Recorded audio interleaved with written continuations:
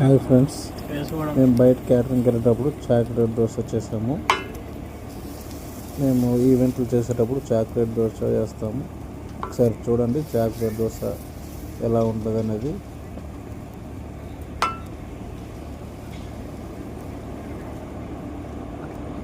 ఇప్పుడు chocolate cream తీసుకొని దోశల మీద చాక్లెట్ క్రీమ్ ఉంటుంది.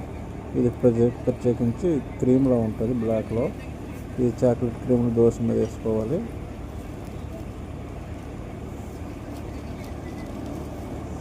తర్వాత చాకో చిప్స్ ఉంటాయి, ఇవి చాకో చిప్స్ అండి.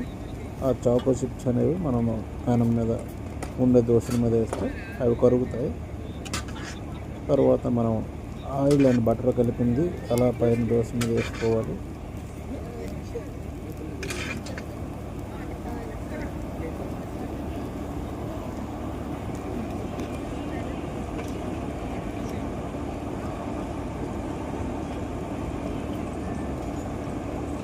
ఇప్పుడు చూడండి దోశ రెడీ అయిపోయింది,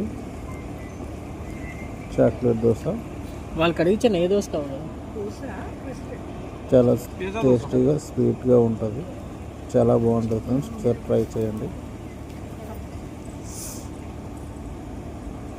దానికి వేరే క్రంచీగా ఉంటుంది. చూడండి, మనం ఓఫెస్ తింటాం కదా, చాక్లెట్ ఓఫెస్, ఆ స్టైల్లో చాలా బాగుంటుంది దోశ. కరకరలాడుతూ స్వీట్గా ఉంటుంది.